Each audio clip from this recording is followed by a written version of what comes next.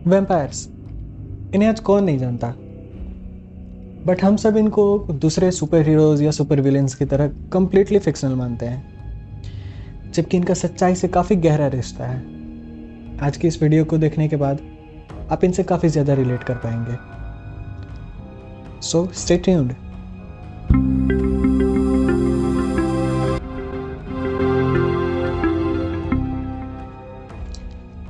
आइए चलते हैं 18th सेंचुरी यूरोप में और बात करते हैं दो ऑफिशियली डॉक्यूमेंटेड केसेस के बारे में।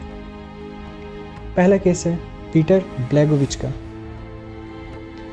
रिपोर्ट के अनुसार पीटर की 62 साल की उम्र में डेथ हो चुकी थी, बट फिर भी एक रात वो अपने बेटे से खाना मांगने लौटते हैं और उनका बेटा मना कर देता है।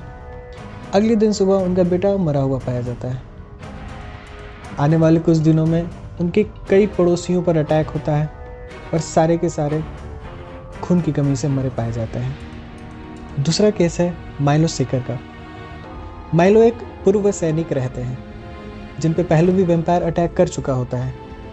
एक दिन वो अपने खेत में काम कर रहे होते हैं और उनकी मृत्यु हो जाती है। फिर कुछ दिनों के अंदर उनके कई पड़ोसी रहस्यमयी तरह से मरने लगते हैं। ऐसे ही कई घटनाओं के कारण जब पब्लिक वैम्पायर्स को मारने निकलती है तो उन्हें दो सुराग मिलते हैं। जैसे पब्लिक को कुछ ऐसे इंसान मिलते हैं जो औरों से अलग रहते थे, हमेशा रात को निकलते थे, नुकीले लंबे दांत, बिल्कुल गोरी स्किन और वो भी कई जगह से जली हुई, अजीब तरह से दिखने वाला शक्ल। साथ ही इन लोगों को कई बार खून के साथ भी पकड़ा गया था।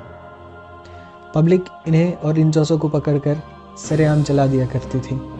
लौटकर वापस आने वाले वैम्पायर्स को खत्म करने के लिए लोग मरे हुए लोगों की कब्र खोलते थे, तो उन्हें कई बॉडीज ऐसी दिखती थी जो कि सड़ने के बजाय पहले से ज़्यादा हेल्थी दिखती थी। जैसे बढ़े हुए नाखून, बाल, दांत, फुला हुआ पेट, फुला हुआ शरीर और मुंह से टपकता खून।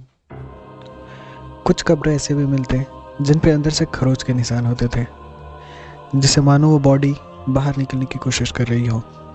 इन सबको देख करके लोगों के मन में ये कंफर्म हो चुका था कि उनके गांव में वैम्पायर्स का अटैक हो चुका है। यही हाल कई देशों में होने लगा और आम पब्लिक कई मासूम लोगों की हत्या भी करने लगी। कब्रों से बॉडी निकालकर उन्हें टुकड़ों में जला दिया जाता था। लंबी लंबी लोहे की रॉड्स को कब्र के ऊपर से गाड़ दिया जाता था ताकि वैम्पायर की बॉडी बाहर न निकल सके, या सीने में खंजर घोंपकर मार दिया जाता और उन्हें दफना दिया जाता। इन सब से परेशान होकर ऑस्ट्रिया की महारानी मारिया तेरेसा ने अपने पर्सनल फिजिशियन को जांच करने भेजा। उस फिजिशियन ने अपने जांच की रिपोर्ट में वैम्पायर्स के अस्तित्व को खारिज कर दिया। उसके बाद कई गवर्नमेंट्स ने कई कानून बनाए जिनसे कि लोगों को रोका जा सके, लेकिन कोई बात नहीं बन पाई। इन सारे सिचुएशंस के पीछे की साइंटिफिक वजह जानने के लिए हमें 3 बातों पर ध्यान देना पड़ेगा। सबसे पहली, जब भी कोई ह्यूमन बॉडी डिकम्पोज होती है तो उसकी स्किन, उसके मसूड़े, ये मरने और लूज होने के कारण इनके अंदर छुपा हुआ जो एक्स्ट्रा नेल्स, बाल या दांत का साइज रहता है वो एक्सपोज हो जाता है, जिसके कारण वो बड़े हुए या लंबे दिखते थे। साथ ही साथ पेट के अंदर सड़ने वाली चीज़ें गैस फॉर्म करती थी। ये गैसेस बॉडी को अंदर से प्रेशर देती थी और फुला दिया करती थी, जिस कारण इनके पेट वगैरह फुले हुए दिखते थे, जैसे कि ये कुछ खा करके आए हों। इन्हीं गैसेस के प्रेशर के कारण इनके मुंह से खून निकल जाया करता था, जिन्हें देख करके लगता था कि ये बॉडी अभी किसी का खून पी करके आ रही है। तो अगर ये बॉडीज इनोसेंट थी तो फिर शायद वो लोग ही असली वैम्पायर्स थे और ये सारी हत्याएं वही कर रहे थे। चलिए जानते हैं। अब मैं आपको बताना चाहूँगा एक ब्लड की बीमारी के बारे में जिसका नाम है पोर्फायरिया। इस डिजीज़ को कॉमनली वैम्पायर्स डिजीज़ भी कहा जाता है। ब्लड में हीमोग्लोबिन को बनाने वाली मैकेनिज्म में जब भी कोई दिक्कत आती है, जो कि मेनली जेनेटिकल होती है, तो ये बीमारी होती है। इसके पेशेंट्स में कई सिम्टम्स होते हैं, जैसे कि इनकी स्किन बिल्कुल पतली, गोरी और कमज़ोर हो जाती है।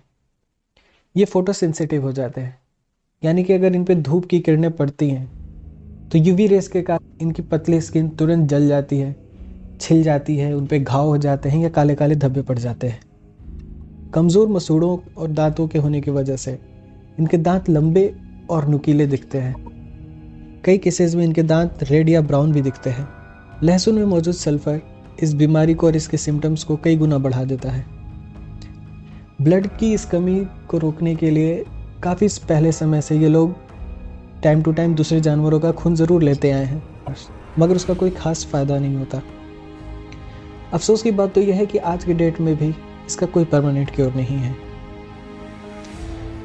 इन शॉर्ट में कहा जाए तो एक्सट्रीम पेन और ऑर्गन फेलियर के रिस्क की वजह से इनकी लाइफ बद से बदतर हो जाती है।